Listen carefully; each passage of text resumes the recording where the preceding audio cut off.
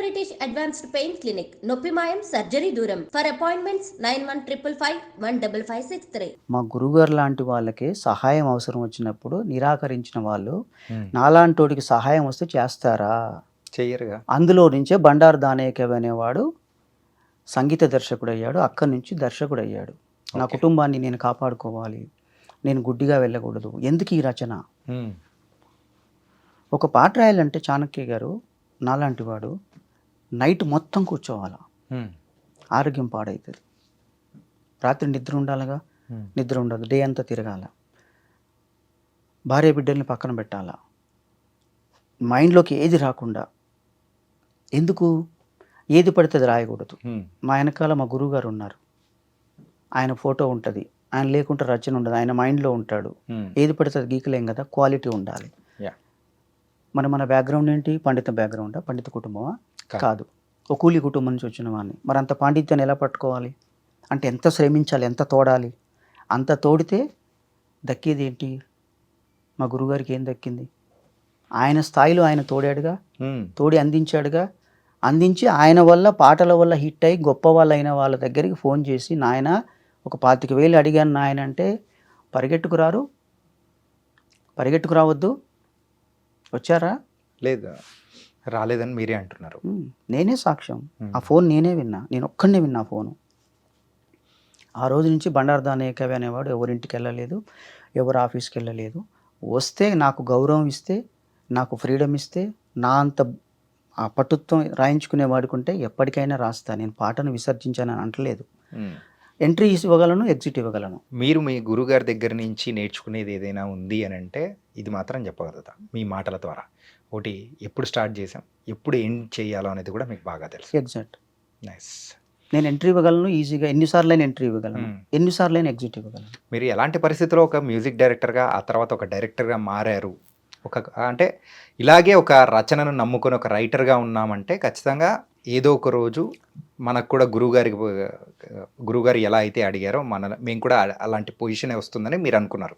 అది ఆర్థికంగా ఆలోచించి, ఆర్థికంగానే. అయితే ఆయనను తిరస్కరించిన వాళ్ళకి నేనెందుకు రాయాలి అన్న ఒక చిన్న ప్రేమ కూడా. ఇప్పుడు మీరు వెళ్తున్నారు,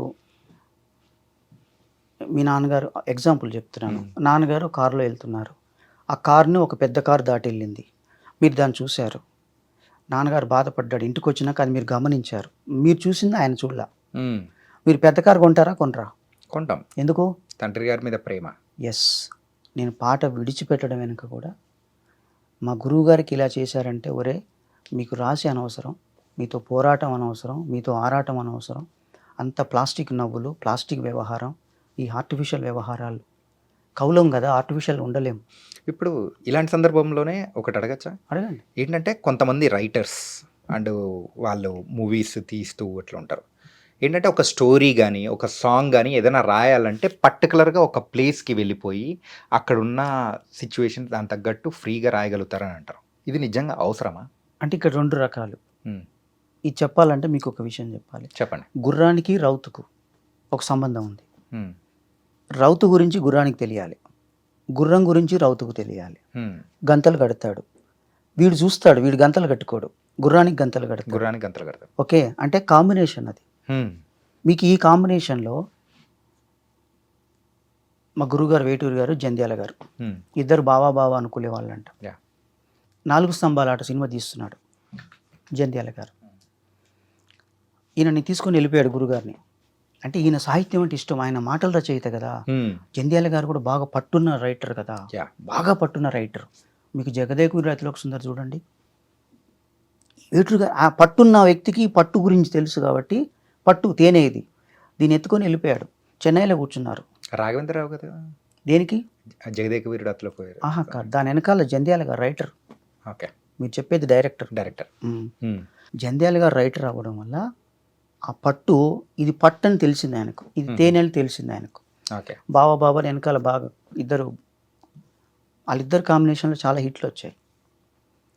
చెన్నై వెళ్ళిపోయారు, పాట రాలా. అక్కడి నుంచి కేరళ తీసుకెళ్ళాడు గురుగారిని ఫ్లైట్ వేసుకొని జంధ్యాల గారు. ఎక్కడెక్కడ తిరిగారు రోజంతా, కాలే. ఒక చోట కూర్చొని రాస్తున్నాడు, ఇస్తున్నాడు, ఇది కాదు బావా అంటున్నాడు, ఏదో జరుగుతుంది మొత్తానికి. ఓ 4 మాటలు రాశాడంట. రాసి ఇవ్వగానే అది చదువుతూ జంధ్యాల గారు బులబులబుల ఏడ్చేసాడంట. అంత సారం ఎవరి దగ్గర ఉంది సార్ ఇప్పుడు?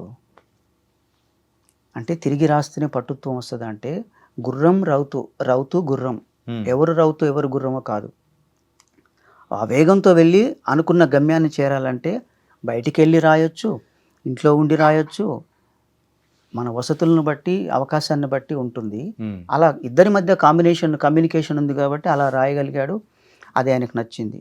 అదే 4 స్తంభాల ఆటలో చినుకులా రాలి, ఓకే, ఎంత సూపర్ హిట్ సాంగ్. ఆ 4 లైన్లు రాస్తే జంధ్యాల గారు చూసి ఏడ్చాడంటే ఆయన ఎంత దమ్మున్న డైరెక్టరు, ఆయనకి ఎంత లీనమయ్యాడు దాంట్లో ఆ పనిలో. గురువుగారు ఎంత లీనమై చేశాడు. సిచ్యువేషన్ ఇప్పుడు మీకు నాకు బాగా కుదిరింది. బయటికి వెళ్ళి రాసుకోవచ్చు, ఇంట్లో రాసుకోవచ్చు, టెర్రస్ పైన రాసుకోవచ్చు. మా గురుగారికి ఒక కోరిక ఉండేది, గోదావరి పైన తిరుగుతూ పాట రాయాలని. ఓకే, లాంచ్లో తిరుగుతూ. ఎస్, అది ఆయనకు తీరలేదంట. ఓకే, మళ్ళీ చుట్టూ తిరిగి మా గురువుగారి దగ్గరికి వచ్చాను. మీ లైఫ్లో ఆయన వేసిన ముద్ర అలాంటిది అనమాట. సో ఆయన లేని జీవితం అనేది కూడా మీరు ఊహించుకోవడం అనేది కూడా చాలా కష్టం. నాకు లోటే లేదు సాహిత్యంలో. నేను ఏ పాట రాయాలన్నా, ఏ సిచ్యువేషన్ రాయాలన్నా, పెన్ను బట్టి రాయాలంటే నాకు మా అమ్మ నాన్నలు గుర్తొస్తారు, గురువుగారు గుర్తొస్తారు. ఇంత గంభీరంగా, ఇంత అలవోకగా నాతో పని చేయాలంటే డైరెక్టర్కు దమ్ముండాలి అనే స్థాయిలో నా మాటలు ఉన్నాయంటే నా వెనకాల మా గురువుగారు ఉన్నారు. ఆయన బ్లెస్సింగ్స్ నాకు 200% ఉంటాయి. మీకు ఒక ఎగ్జాంపుల్ చెప్తా. వియాల వరకు అయ్యాలి సినిమాలో పాట రాశా. ఓకే, సూర్యుడే సరే అన్నాడే జాబిల్లి పెళ్ళికి, బాలుడే సిద్ధంగా ఉన్నాడే బంగారు చెల్లికి అనే పాట టైటిల్ సాంగ్. అది నా చేత రాయించారు. ఫస్ట్ రాశాను, రాసి వెళ్ళిపోయాను. దానికి నాకు పారితోషికం కూడా ఇచ్చారు లాన్కో శ్రీధర్ గారు, 25,000 అప్పుడు. 25,000. 10 days తర్వాత ఒకరోజు ఈవినింగ్ లాన్కో శ్రీధర్ గారు ఫోన్ చేశారు. ఏమయ్య అన్నాడు, నన్ను ప్రేమగా పిలుస్తాడు. బండారు ఏమయ్య అంటే ఎక్కడున్నా అంటే పలానా చోట ఉన్నా.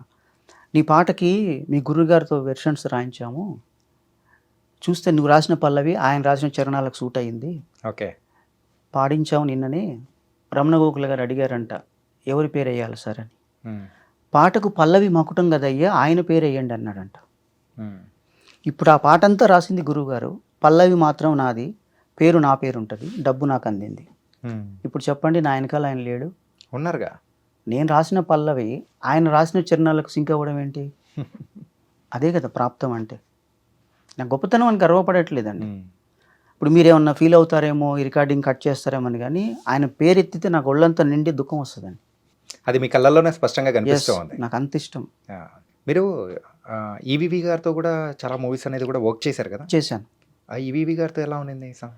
ఈవీవి గారు గేట్ ముందుకి ఒకసారి నాకు నడుస్తూ తిరిగే ప్రస్థానంలో తోటమాలి ఉన్నాడు. ఆయనే తోటమాలి, ఆయనే డ్రైవర్. చూశాడు నన్ను 10 సార్లు. ఈసారి వస్తే మొత్తం నీ చేతులు ఉన్న ఫైల్ చించేస్తా అన్నాడు.